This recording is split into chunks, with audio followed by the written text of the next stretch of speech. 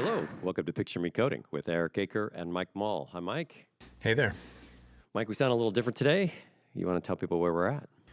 We are in Pasadena, California at the Southern California Linux Expo, or SCALE. It's pretty cool here. We are in the convention hall right now, and we are not in the Van Halen building. Yeah, I'm kind of disappointed we're not in the Van Halen building. There's a building with a plaque on it that talks about how Van Halen came from Pasadena, and they donated like a convention hall, like a performance center. Something like that. And they're also doing America's Got Talent auditions there, but I don't think there's a podcast category. Yeah. Every time Mike and I want to meet after going to sessions, I go, hey, let's meet in front of the Van Halen building. I don't know if that's a normal Pasadena thing to call it that. They should. So we got here on Friday, midday, and we talked to our friend Rob, and we had to print our own badges. That took a few minutes, and the hotel we're staying at wouldn't let us check in until 4 o'clock. The registration computers were Raspberry Pis, which was pretty cool. Yeah, they have Raspberry Pis all over the place.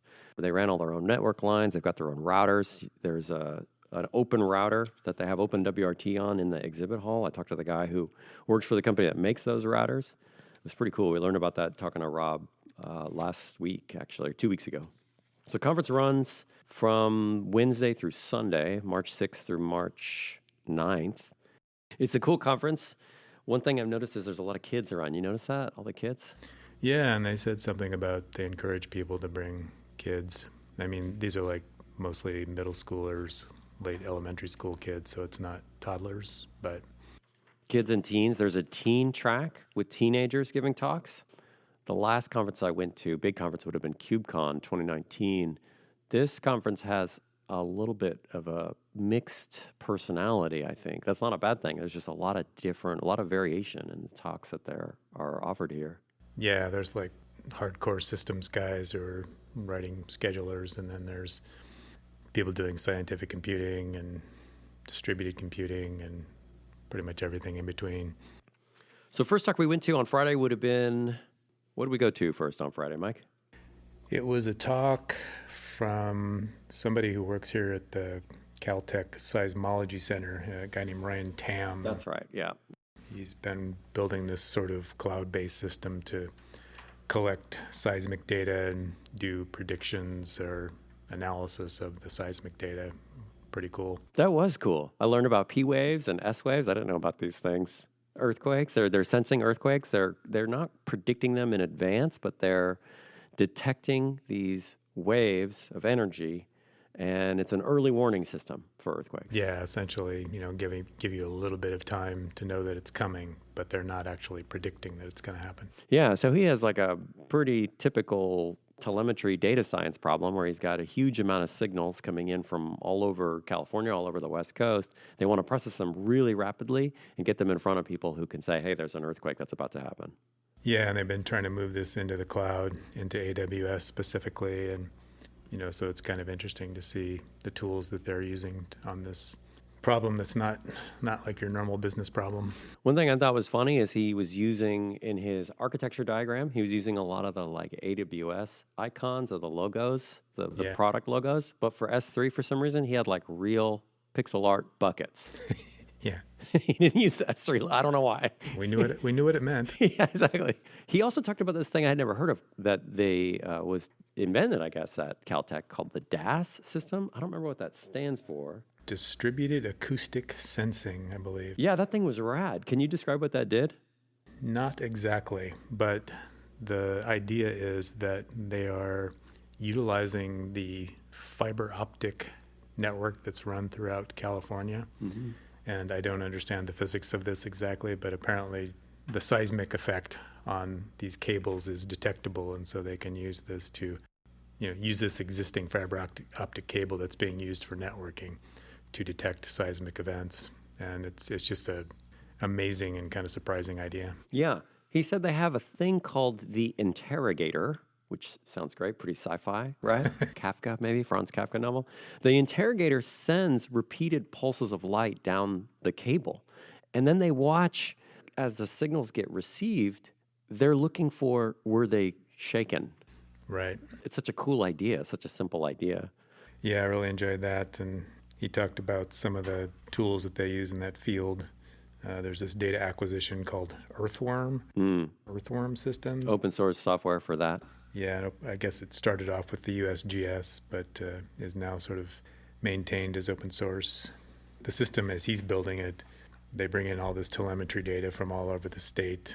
He said something, was it 5 miles apart? They have sensors every. Oh, I don't know if I wrote that down. Yeah, I think you're right. 5-6 miles, something like that. A lot of sensors, a lot of data. Yeah, and so that's coming into this server that collects everything together, and then they push it up to Amazon. It goes into Kinesis, and then they've got Lambda functions that are operating on the data going into Kinesis. So it's, a cloud architecture that you would probably see in other businesses or other realms, but applied to this very interesting seismology problem. Yeah, it's cool to see the crossover, the usage of these tools in science too. It makes me think, wow, if you contribute to open source, you may be helping people do scientific discovery. That's pretty rad, actually. I also learned the term dark fiber. Had you ever heard that before? Yeah, in fact, the last company that I worked at uses dark fiber to connect between the two buildings that it occupies. So you've heard that term. I'd never heard that. What is dark fiber? So there's a lot of fiber optic cable out there that's been strung for potential use that doesn't actually have any data being transmitted on. Is it abandoned like a mall in a zombie film? Not exactly, but they call it dark just because there's not a signal going. Oh, I thought when somebody described it, I thought, oh, this is like abandoned, like somebody stuck it in the ground and then it's just this leftover, remnants of a civilization that once used that fiber optic cable. Some of it probably is abandoned, but I don't know the full story behind it. But I know they ran cable along old railroad tracks and stuff, and some of it's just never been lit up. I like that term, dark fiber. It's great term. It's a good term. That's a good one for you. What do you think about Pasadena? I'm kind of enjoying Pasadena. It's a cool place to have a conference. Yeah, I like it more than I thought I would. We've been here before, both been in California for a long time, but I've never really spent a long time in downtown Pasadena. But it's a nice little town, and it's kind of cool to have the mountains off to the north, and the weather's nice. Yeah, it reminds me a lot of the desert. You got this stark picture of these mountains looming right behind you. Everywhere you look, you're not. If you look to the north, there's these mountains in between buildings, and they just shoot right up into the sky. It's a cool spot. Yeah. Yeah, so we've been enjoying Pasadena. There's good coffee here. We went to a place called Hello, You're Welcome. They have fantastic coffee if you're in Pasadena. They have good donuts, too. They have gluten-free donuts if you want a vegan gluten-free donut, if you're gluten-free like I am. But they honestly have phenomenal coffee. So what else did you do on Friday, first day we were here? So I went to a session by a researcher named Armstrong Fonjim. He's from Quebec, I think, somewhere in Canada. The title of his talk was Leveraging Open Infra and Open Source Gen AI to Address Climate Change. And I didn't really know what to expect from it, and the content was a little bit different than what I was anticipating. They've developed a lot of metrics about, are you utilizing the data centers efficiently? They talked about this metric of power usage effectiveness, which is sort of like what percentage of the power being used by that data center is actually going to power the servers. The other interesting part that I was not expecting was he talked about this study they'd done about developer burnout, and the idea being that there are certain signals that indicate that a developer is suffering from burnout or lack of focus, because there's signals for that. Like my wife's car, it starts beeping at you if it thinks you're falling asleep. Signals that the developer generates. So excessive number of commits. Oh no, I do that. Or I didn't write down all of the things that they were tracking, but he calls them socio-technical factors, things to do with the number of commits and the number of unsuccessful CI/CD build. So the theory behind this being that developers who are more productive are actually using the resources in the data center more effectively.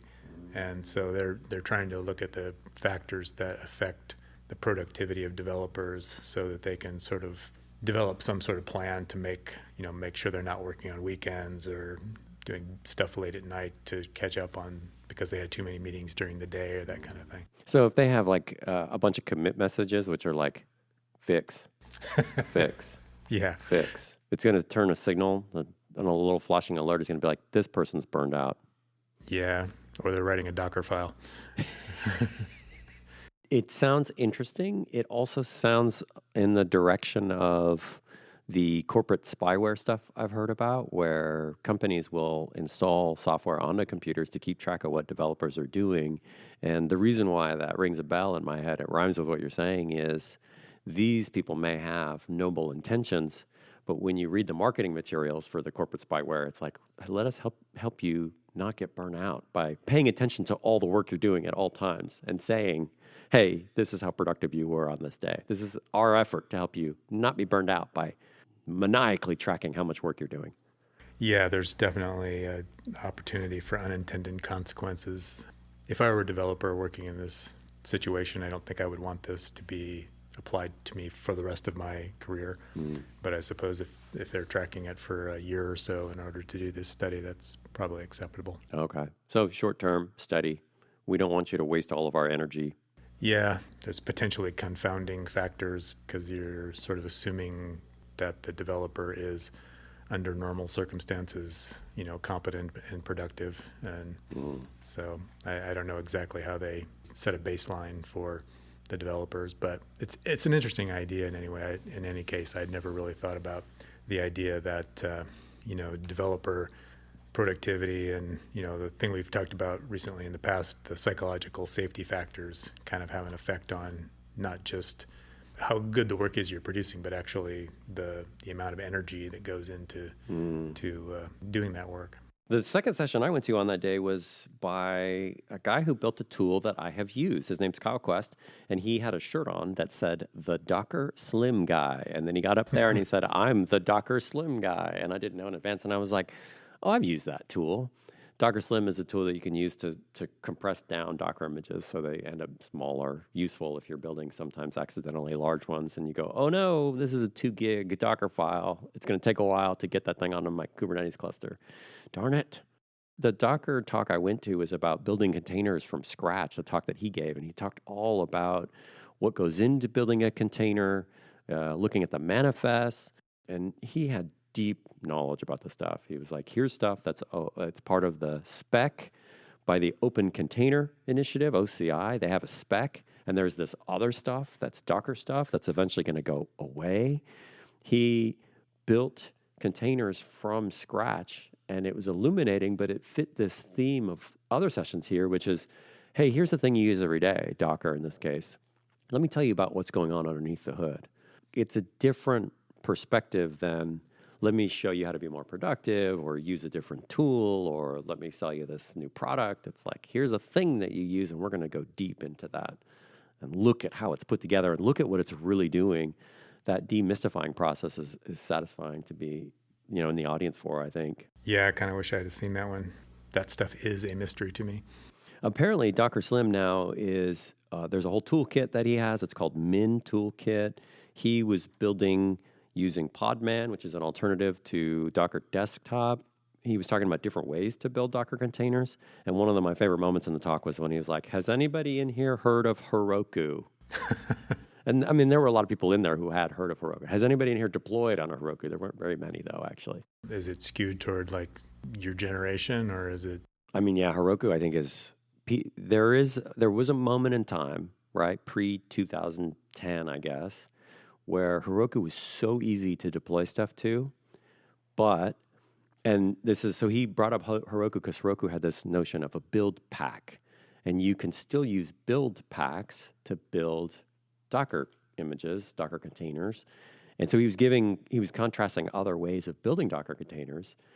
And what he said about build packs was exactly what I remembered about Heroku. Heroku was great if you're running Rails, if you're running Django, and you're not doing anything too weird. They would have all this pre-knowledge about the software stacks that you might be deploying, and you would write this proc file, this like 5-line file. It was very minimal. It was like, deploy this, and I want this many, and they called them dynamos. I want this many workers, and I want a database, and it's PostgreSQL, and that's it. And it was amazing, and it was scalable, and it was serverless, and it was expensive, but it was best in show for deploying software. And I have since seen that. I've never had an experience that amazing. I've since seen people over the years say, yeah, that was as good as it ever got. We've never really gotten, and when I've seen other people trying to build infrastructure tools, they always reference Heroku and they say, oh, if we could get back to that developer experience was amazing. The big downside again is if you want to do something custom, if you want to do something a little bit off the beaten path, it's pretty non-trivial. It's very difficult. It's a lot of effort. So that's really what was hard with Heroku, because our industry, the things people want to build, changes so rapidly. The variations are the norm almost. I guess now too, if you want to do something that's fairly typical or like a standard web app or a job to do some computation, you've got a lot of serverless options that are relatively easy to deploy. Mm-hmm.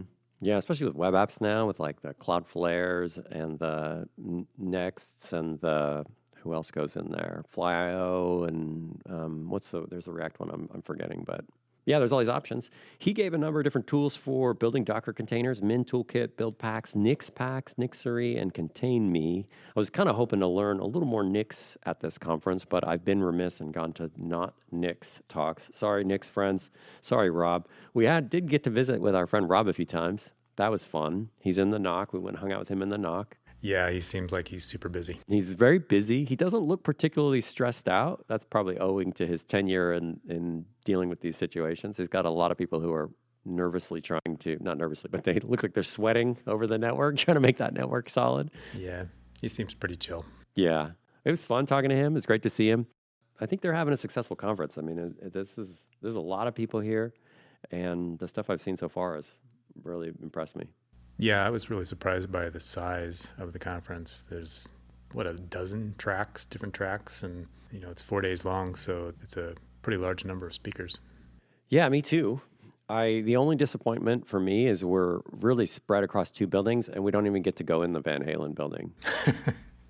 Technically, the Van Halen building is the Pasadena auditorium or something like that, but we're going to call it the Van Halen building. On Saturday, so the second day of the conference, we went to the keynote by Solomon Hykes. It was called Robots Building Robots, What AI Agents Mean for the Software Factory. I got to tell you, when I saw this title, I was like, I don't know. It's a little too early in the day for AI hype for me. I don't know. I'm really looking forward to this. I was thinking it was going to be like literal robots, Robbie the Robot type of thing. I thought so too. We're going to build robots. We're going to put AI on the robots. And that's not at all what it was. They introduced Solomon Hykes as, here's the guy who brought you Docker. And he was super cool. He gets up on stage, first thing out of his mouth, sorry for all the Docker bugs. It's like, I like this guy already. Yeah, he was a good speaker as well. He has this company now called Dagger.io. I think the name probably comes from the fact that it's another DAG-based workflow tool, but I think it was intended for doing builds, right? Mm-hmm. That's what it sounds like. Doing builds. It's DAG-based, so their whole idea is we will help you build, run, deploy, and run a directed acyclic graph composed of containers. And that's exciting to me because you can put whatever you want in the containers. And you can, if it's a DAG, you can decide to go with on success, on failure. You can do scatter, gather. You can do all kinds of really interesting patterns with that. Right, and so what they have started to do, and the point of this talk is that people who were using this tool realized that they could use it for other types of workflows. Now they've actually incorporated LLM into their technology so that you can leverage LLMs to help you build workflows. Yeah, his demo and talk was definitely the most surprising thing I saw at the conference so far. It was surprising, and he also has an interesting take, which is the AI is not this universe brain that surrounds everything. It's instead this sort of tool in the middle of your workflow that you can set up a loop with to get useful results from, so that it's as he said, agents are still software. Mm-hmm. And so I think this idea of this is just another tool in the toolkit to build systems is kind of encouraging, and I hope he turns out to be right. Yeah, at the beginning he said, I was sort of skeptical, like any engineer, when I see a lot of hype, my skepticism meter goes up. I mean, those aren't the words he used, but that was kind of what he was saying. And he said, I'm here to tell you this is real. There's something real here. It's not like everything's going to be solved right away. I'm not going to swallow all the hype, but there is something real going on here. And so he seemed very grounded. He seemed to have a pragmatic perspective. And his idea, like he said, agents are still software, means that we can plug them into a workflow. We can plug them into a DAG. And I had to confess that this kind of made sense to me. I was sort of set up, I guess. I don't know. I was already ready to accept an idea like this because this had been proposed at my work where we were running an LLM to process unstructured data. These are just PDFs. And we don't know if it succeeded or failed. And so it's like, well, why don't we feed it back into the LLM if it fails and feed it back into the LLM if it succeeds and we want additional questions asked and we want to do a hands-off thing. And I said, oh, what you're describing sounds like a DAG. So we'll build like a DAG workflow and we'll have on success, on failure, on error, and we'll feed it. You can kind of draw the tree out of what'll happen. So when he said this, I was like, oh yeah, this is pretty much what I was trying to build at work in a much more bespoke and, it's the first pass at it. So I wasn't that happy with what I was building. It was just a first attempt, I guess I would say, a rough draft.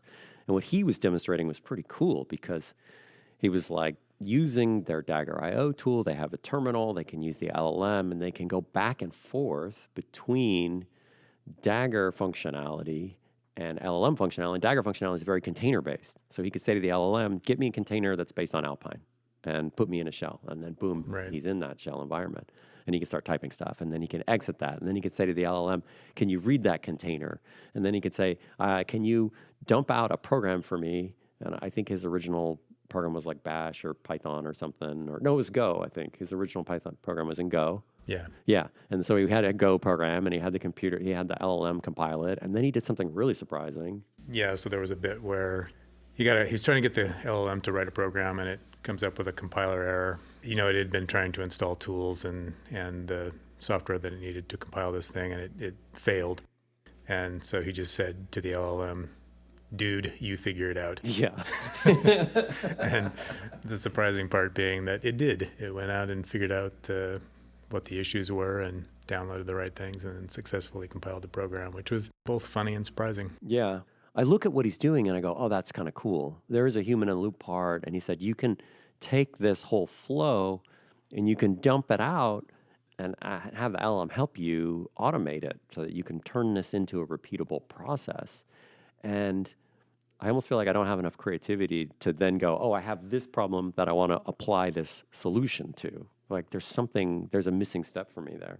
Yeah, I'm not sure. I could not immediately think of how I would use it. I think for my own purposes, given the stuff that I do, if I had a tool like that would sort of help me build a workflow around like a data pipeline, I could see that being pretty useful because...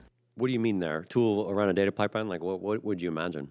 Well, say that you start off in some typical business situation where you say, I have this pile of unstructured data, and what I really want to know is how many things I sold at each location during the last year or something like that.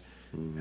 I think if, now you'd have to go through this process of doing various steps. You might have to do an OCR step. You might have to do some natural language processing or something. And if you just had something to sort of give you guidance on the best way to go about it and the best tools to use, I can see that being valuable. Mm-hmm. He had a diagram. It was a DAG, it was a directed cyclic graph, and he had on the left, he had human, and there was an arrow going to the LLM, and then from the LLM, there was an arrow going to environment, which I thought, that's a little fuzzy there. And then it would go back to the LLM, and then there was a stop node below, like maybe at some point we decide to stop. He substituted human on the left and environment on the right for functions. And so that was his argument. Like, this is still software. You're going to write the software that feeds into the LLM. You're going to write the software that takes output from the LLM. You're going to have the LLM in the middle. It's not going to wrap everything. It's going to be somewhere inside the software someday. And then you might take that thing that we just described, function, LLM, function, and make that a module or component in a whole massive structure of the same. So function LLM function may call to another module function LLM function or another component function LLM function. And it was surprising to think in that way. Yeah, it was a really good talk though. I'm kind of glad we went to that one together because it was fun to sort of hash out stuff afterwards. I'm glad we went to it too. And I was totally a fool for being like, I don't know if I want to go to this keynote about robots and AI. It was a fantastic talk. I'm stoked to be there. I guess after that, I went to a handful of sessions throughout the day. Anything notable that you went to, Mike? I spent the morning kind of nerding out on Linux kernel stuff. Oh, is that when you went to the SCEDX talk? Yeah, so there was a track that had to do with BPF, Berkeley packet filtering stuff. So this is not something that I'm super expert in by any means, but it's basically like a way to make extensions to the Linux kernel, which may run in user space. So the first one I went to was a talk about a tool called BPF Trace, and it was interesting. It was mostly about how they have evolved this DSL that they've built. So BPF Trace is essentially a domain-specific language for doing like queries of system things using this Berkeley packet filter technology. So you're querying? Yeah, so you're looking for things like, tell me by process, tell me how many threads each process is running. So that's the sort of thing you can run against the kernel using this tool. I've heard stuff like that before. We're tracing with eBPF so you can get some increased observability in your system using this.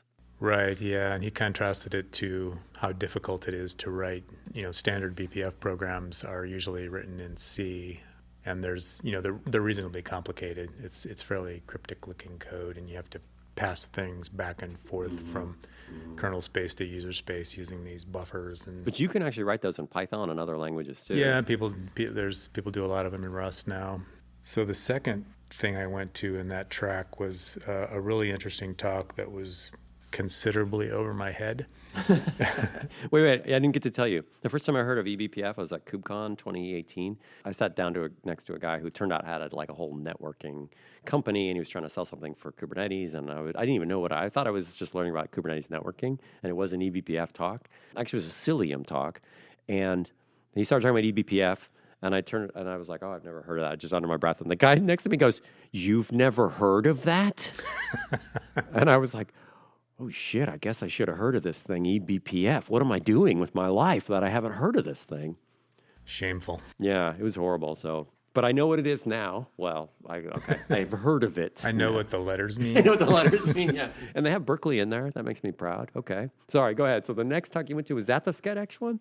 Yes. So the next one was two guys from Meta talking about this technology, which is either pronounced SCED-EXT or SCED-EXT. And I don't know because they pronounced it in both ways. So I guess either is acceptable. They were not consistent in their terminology, is what you're saying. Right. The pronunciation, maybe. But you can think of it as being scheduler extensions, which is essentially what it is. It's a way to write your own CPU level scheduler. So they talked about how that works and work that they have done at Meta to build their own schedulers. One of the interesting things to me is, and this is almost like magic, it seems like, but they write schedulers in Rust, which work in user space. That is weird sounding, because the schedules are kernel level thing, right? Kernel has to decide what processes, what threads to give CPU time to. Exactly, and I sort of think of it as being, and we've talked about schedulers in the past on a couple of episodes, but when I think of the Linux kernel scheduler, I think of it as being something that's really, really deeply built into it. And so the idea that you can sort of extend it and do it in user space is fascinating to me. But anyway, they talked about work that they have done at Meta to build their own extended schedulers. Okay, but I got a dumb question. Why do you think they need that at Meta? Well, I think it's because they are so massive and they run so many different types of workloads that if they don't have a scheduler that's optimized for their particular jobs, then they would have to probably use more hardware than they do. They're already hugely massive infrastructure. And so writing a scheduler which is optimal for the particular workloads that they're working on probably saves them some hardware. So they do it to save money. Yeah, they probably do it to save money. They probably do it to, optimize certain workloads because otherwise they would take too long to run and wouldn't be effective in giving feedback to users. But in any case, the work they were doing is very sophisticated, and they talked quite a bit about how they have to take into account things like trying to make sure that a thread is getting scheduled on the same core if it's in a certain level of cache, and they can't have queues that span what they called sockets. So they don't want processes going between two different sockets on these big computers with multiple CPUs on them. Because it's wasteful. It's wasteful, and they said it just it like brings things to a halt because there's the latency involved in swapping threads is too great. But anyway, they're looking at all this really fine-grained stuff about how to optimize the workloads on their machines, and of course it varies. They built this scheduler called SCX Layered, and I guess they say it's like super configurable because they have lots of different types of workloads, and something that's a web app is going to be a lot different than something that's running GPU workload. I guess I have two responses to the SCEDX schedulers and user space thing. That sounds super cool. And honestly, it sounds amazing engineering. I'm not sure if I would use that, what I would use it for. And let's say I decided to use it. My second response is, wow, this is pretty well over my head. It's pretty complicated, but it adds another layer of mystery and complexity to my massively complex stack of whatever I'm doing anyway. I'm writing a Rust program. I'm talking to a database. I need to talk the protocol of the database. And I've also got the scheduler happening. And maybe it's going to change how my sockets are working. It sounds a little scary to me. Yeah, they talked a lot about how they have to debug and deploy these things, and it is something they have to be super careful with. And I guess there's in this SCEDX community, there's rules about which version of the Rust compiler you can use, and which version of the Clang you can use or Clang you can use. And do people say Clang? Is that a word? I've heard people say both. Oh, I sort of prefer Clang. But yeah, so they have to be super careful about configurations, because even a minor change in compiler version or kernel version can break things hideously. So. After the keynote, I went to a talk called Source Available is Thriving, but Open Source is Dying. The reason I went to this talk is, we've talked about this before on the show, I have this theory that, or belief or suspicion, I don't know how to call it, it's probably just a belief, that the world of software that you and I operate in now, where we get so much free stuff that we build on top of, that eventually that massive waterfall of free stuff is going to dry up. There's something like a renaissance happening where somebody gets excited about an idea, they build and release a library, and then people get inspired by that and build on top of it. It reminds me of the Italian Renaissance, where somebody learns some landscape technique or perspective technique, and other painters get excited and they do that. And these ideas, they rapidly propagate. Software is like that, but I just don't think that can last forever. Something will change. So when I heard the title of this talk, I thought, I'll go to that. Hazel Weekly is the director, I think, or at least on the board of the Haskell Foundation. Haskell Foundation is the nonprofit wing of the Haskell community. They provide a couple of services to the Haskell community.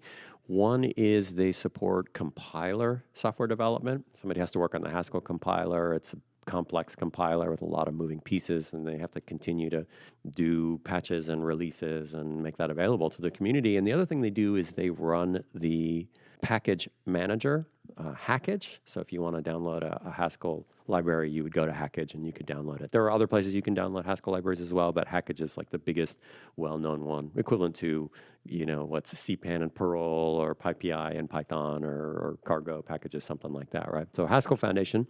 And Hazel Weekly started to talk about how and I didn't get to ask when this happened or why, but what she said was, being on the board of the Haskell Foundation, 1 year at some point, there were a dozen or more sponsors for the Haskell Foundation. These are big companies donating money to the Haskell Foundation, saying, we like the work that the Haskell community is doing, want you to keep working on compiler, whatever.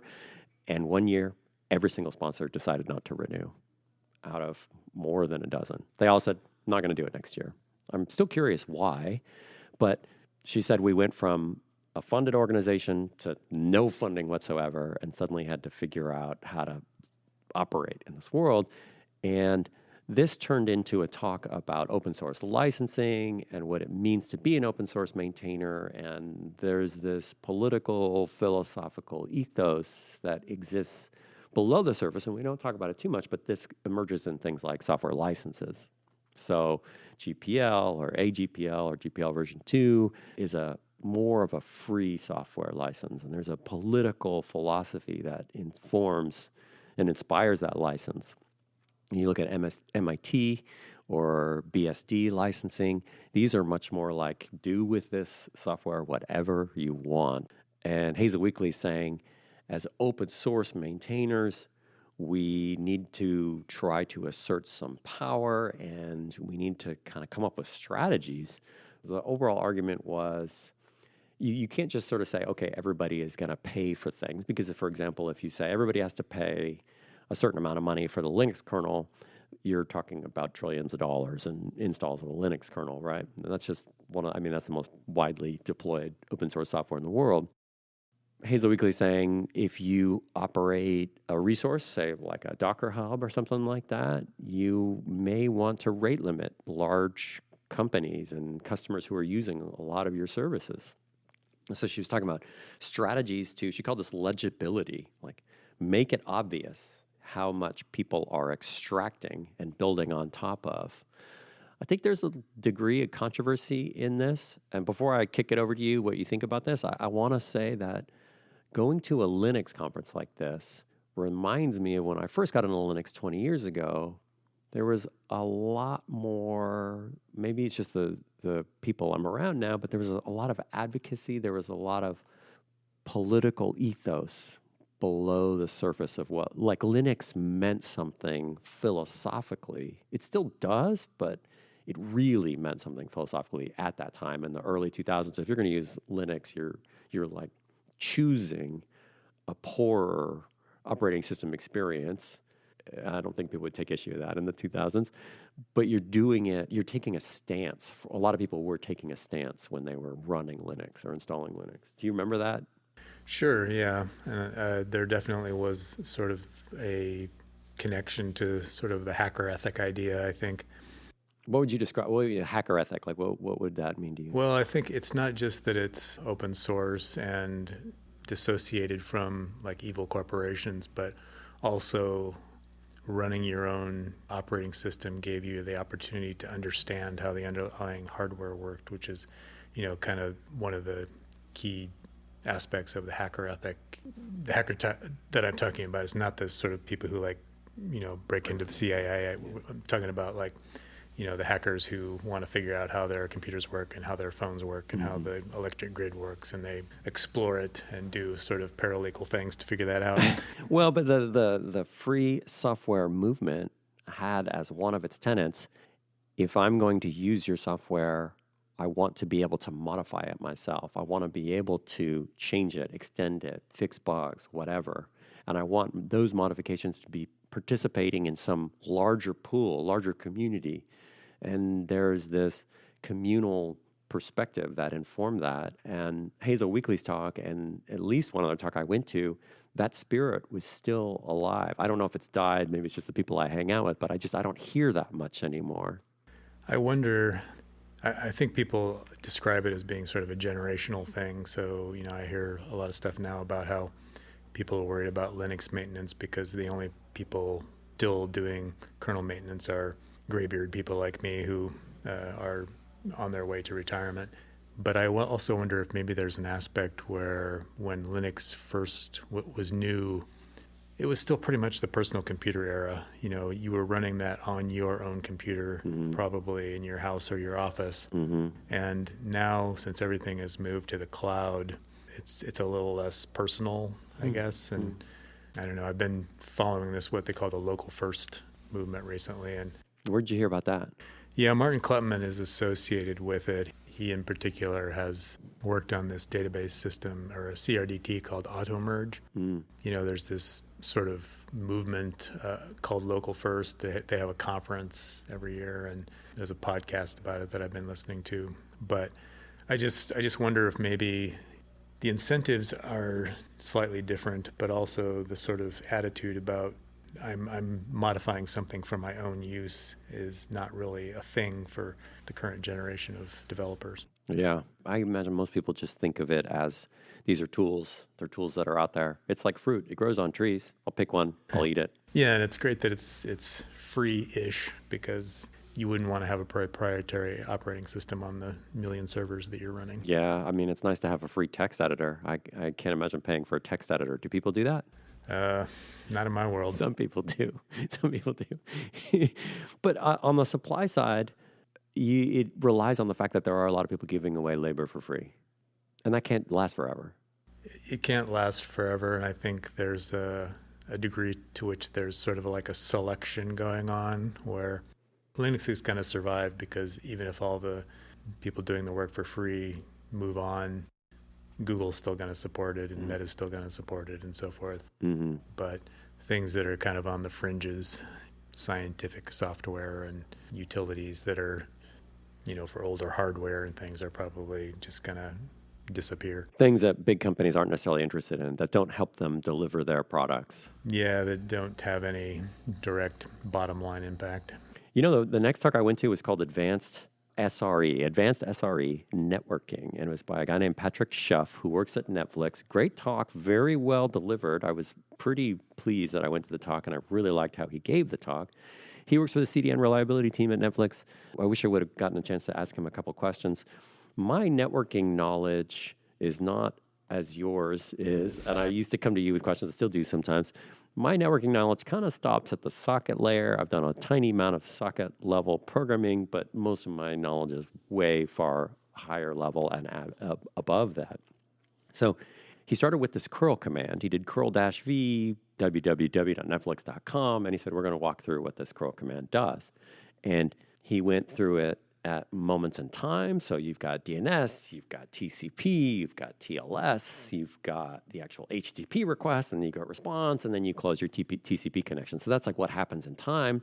And he also talked about the OSI model, layer 1, layer 2, layer 3, whatever those are, layer 4, layer 7, the ones I tend to pay attention to. He talked about every single layer of the OSI model, and he was able to weave this in a talk that overall was very well structured and very well delivered. The utility for me in the talk, I think, was two things. There's holes and patches in my knowledge. Somebody mentions, he talked about BGP at the end, Border Gateway Protocol, internet exchanges. Somebody mentions this, and I'm like, yeah, that rings a bell. I kind of remember what that means. You've got networks, talking to networks, right? He was able to fill in the patchiness for me, but he also delivered his material in a way that gave me a lot of, I think, tips and instruction on how to transfer some of this knowledge to other people. Because I find that I'm working with application developers often at work. There'll be some network problem, and this is probably just an experience thing. It's not like anybody did anything wrong. It's not like they're doing a bad job at all, but they often are used to thinking, well, I imported this library in my programming language. I ran this function call, which is the equivalent of it sends out this HTTP request. That failed, and it maybe gave you this inscrutable error, TLS failed, or timeouts, or whatever. And that's sort of where their debugging process stops. And often I find myself in this position of going, okay, but let's think about the conditions for why this network request might have failed, because we need to know if there's something we can fix here. Right? I mean, network requests fail, but is there something wrong? Are there resources constrained on the server, resources constrained on the client? What actually failed? What was happening at the moment that it failed? And being able to have a better picture to describe this to the people I work with is worth quite a lot, because I often fail to communicate. Again, my knowledge is patchy, so maybe that's not why I'm a bad teacher at the stuff, but having somebody demonstrate how to walk through it in a very logical and very graspable way. I mean, he was not trying to treat the stuff as rocket science. Was really cool. I liked it a lot, actually. Yeah, I would have liked to have seen that. That's kind of my... That's your jam. That's kind of my jam.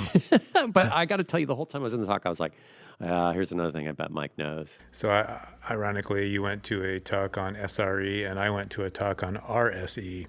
RSE? What's that? So there's this idea that is sort of growing. It's probably more so in Europe than the United States, of what they call a research software engineer, or an RSE. The idea is that software is now a very impactful part of science. The speaker in particular gave this citation about how the Hubble Space Telescope has been extremely successful and has prompted the writing of a lot of papers, thousands of papers on new astronomical research. And also, what's the new telescope? The Webb?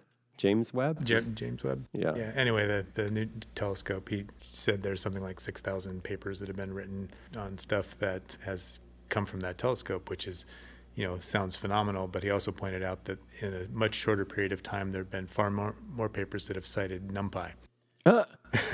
Wow. The idea here being that the research software engineer is somebody who can work as a software engineer, but their work is not devalued in the scientific environment, because right now, if you're not producing papers, you're not doing the thing that is equated with science or equated with success in science. And so the research engineering track is supposed to give people a career path where they can work on software and still have that contribution be valued, even though they're not writing research papers about it. Can you do that without getting a PhD? Is there like a job where you can just go and be, like your supercomputer center experience always sounds like a pretty rad environment. I want to go and help scientists build and deploy software. That sounds kind of cool. Yeah, it's very much like what I was doing in the early days of my career, but I think probably a lot of the people doing it now do have PhDs.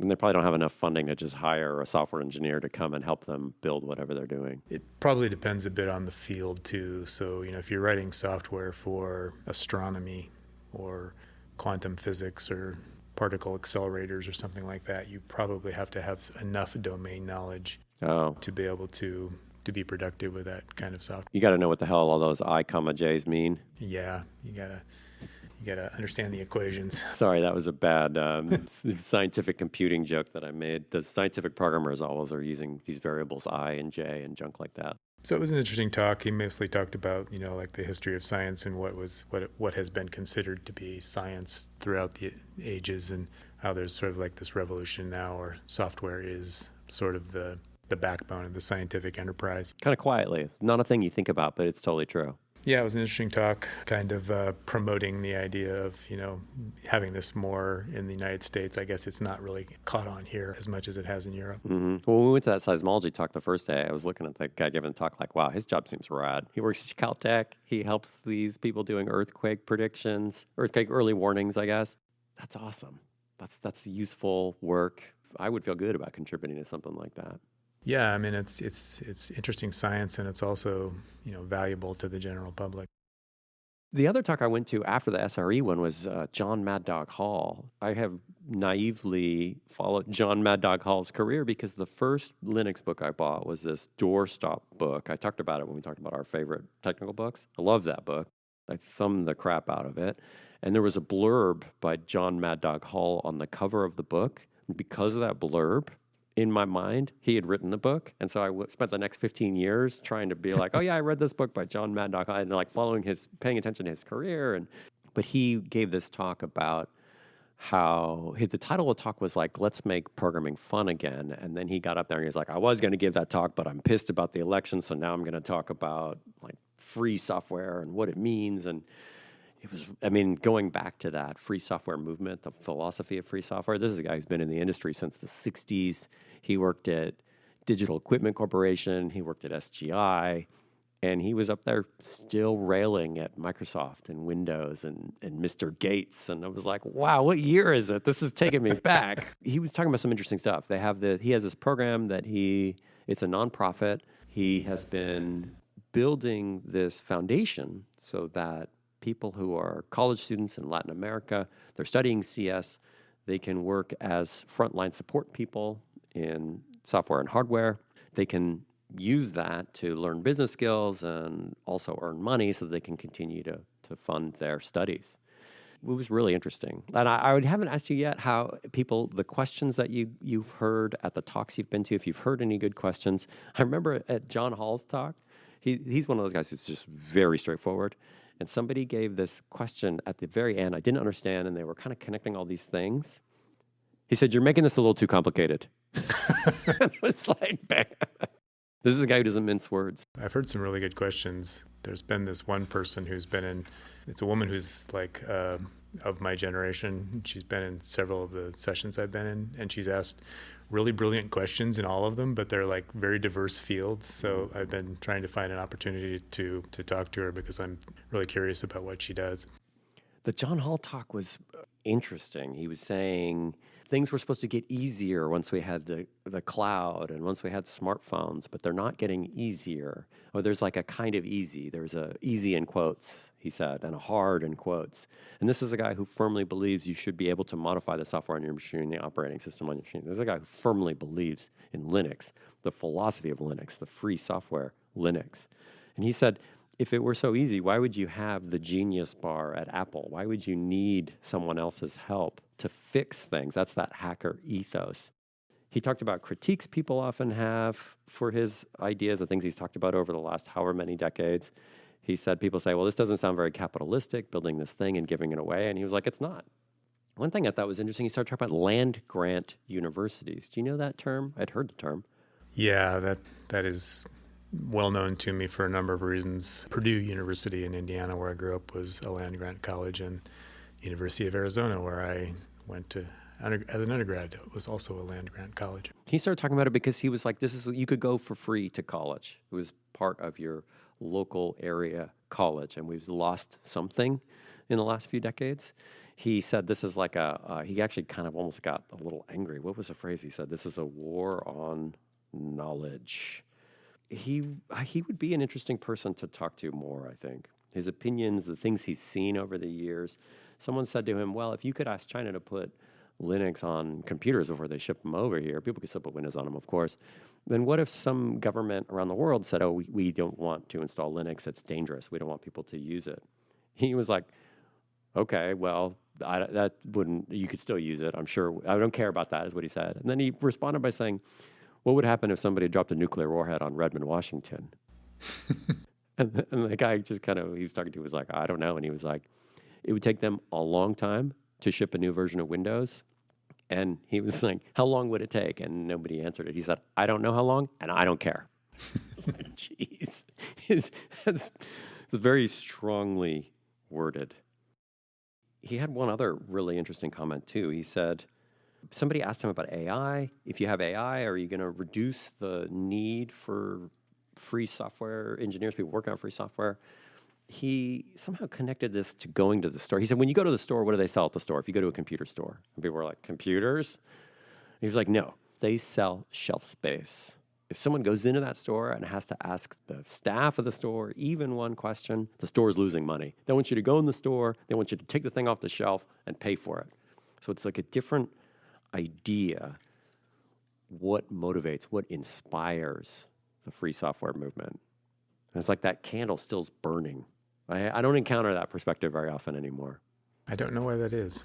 Yeah, that was kind of my question too. Here's my question for you. How many conferences have you been to in your career? That's a good question. I don't have a precise number. Probably somewhere in the vicinity of 30. Okay, 30. That's a lot. I've probably been to five conferences in my career. A lot of variety in there, though. I remember going to a conference in Cincinnati in like the late 80s or early 90s, pre-World Wide Web. It's a conference on doing like documentation and education in the high-performance computing world. Mm-hmm. I remember it being kind of funny because people were talking about, like the state of the art then was things like Gopher and anonymous FTP, and people were talking about how, I wish we had some internet thing that you didn't have to log into and that you can just grab information from, and little did we know. Wow. I do get that feeling when I'm at a conference, like people are talking about stuff that's state of the art, that's interesting, that's pretty new, but just around the corner, a year, 2 years from now, all of this could be completely different in a completely different light because there's something else. And so you go to a conference that feels like you're on the edge of something, but being on the edge, my natural inclination is to kind of continue to look behind me. Like if I'm on the edge of the cliff, not facing the ocean, I'm like, well, what's out there? Well, obviously can't see the future, but it's hard to ignore the narrative that this stuff rapidly changes.